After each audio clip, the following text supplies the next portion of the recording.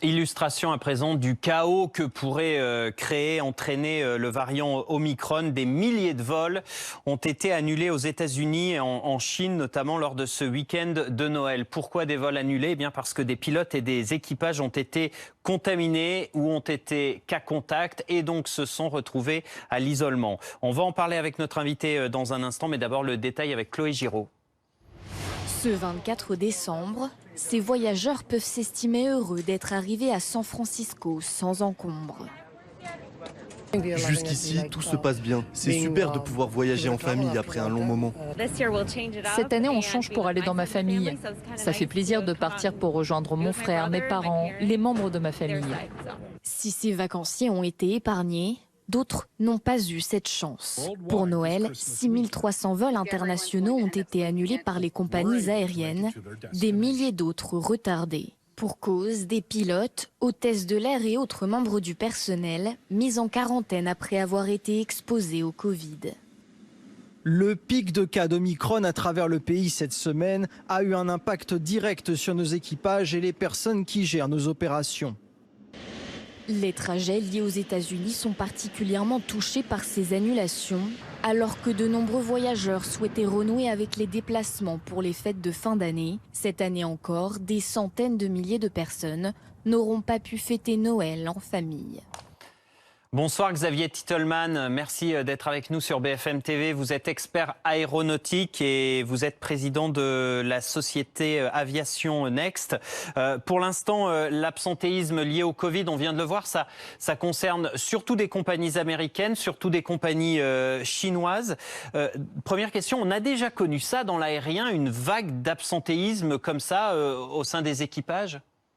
Alors, il y a déjà eu dans le passé des manques de pilotes qui ont conduit des compagnies à annuler un certain nombre de vols. Je ne parle pas des grèves, mais par exemple chez Ryanair, il y a une certaine période où il y avait tellement de départs parce qu'il y avait un manque de pilotes en Europe. Beaucoup de pilotes avaient quitté la compagnie et finalement, il y avait énormément de vols qui étaient annulés. Là, on est sur une situation qui est un petit peu différente. C'est qu'aux États-Unis, avec la crise, ils ont licencié énormément de pilotes, jusqu'à 50-60% de leurs équipages. Et le problème, c'est que maintenant que la reprise est là et qu'il y avait beaucoup de besoins, en réalité, ces pilotes ont perdu leur qualification. Ils n'ont pas fait leur simulateur de vol, ils n'ont pas fait leur visite médicale. Et on ne peut pas remettre un pilote dans un cockpit en quelques semaines. Donc, ils étaient à la limite de la pénurie. Et maintenant, dès que vous avez une personne malade, vous avez 10, 15 PNC qui sont indisponibles pour au moins une dizaine de jours. C'est ça qui désorganise le service d'une manière générale.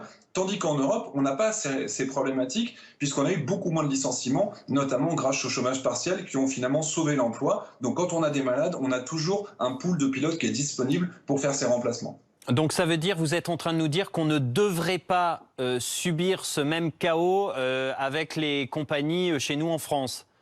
On pourrait avoir des annulations, mais dans une mesure vraiment beaucoup moins. Très clairement, il n'y aura pas autant d'annulations que ce qu'on voit aux États-Unis. Et la plupart des annulations qu'on voit aujourd'hui, elles sont plus liées à la fermeture des frontières. Par exemple, le Maroc qui s'est refermé. Il y a beaucoup de pays vers lesquels les gens partaient en vacances en ce moment, sur lesquels il y a des doutes. Si on doit partir à Singapour, est-ce qu'on va de nouveau avoir une quarantaine qui va être imposée à destination? Donc on a des frontières qui se ferment et on a des passagers qui commencent à hésiter parce qu'ils ne savent pas en gros à quelle sauce ils vont être mangés une fois qu'ils seront arrivés à destination. Donc les gens reculent leur vol et il y a certaines compagnies qui en profitent pour fusionner des voyages. Au lieu d'avoir 2 avions qui étaient remplis à 50%, ils font un seul vol et donc on a également des annulations qui sont une opportunité pour les compagnies aériennes de gagner plus d'argent.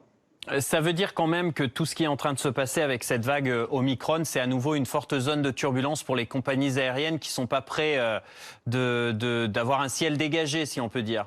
C'est le moins qu'on puisse dire. Surtout que c'est le pire moment. Elles étaient en sortie de crise. Il y avait vraiment un rétablissement. Il y avait une vraie demande de la part des passagers. Dès que les frontières se rouvraient, on était en train de battre des records. Vers les États-Unis, il y avait des records. Vers le Maghreb, il y avait des records. Et là, les vacances, évidemment, sont le meilleur moment pour les compagnies aériennes. Et on se trouve sur la pire situation puisque ce pic de contamination arrive juste au moment des vacances. Si c'était arrivé dans une semaine, 10 jours, ça aurait été vraiment moins grave. Mais là, certainement que les déficits vont continuer à se creuser pendant encore peut-être plusieurs mois, voire plusieurs années, parce qu'on espère un rétablissement total en Europe seulement en 2026 à 2027.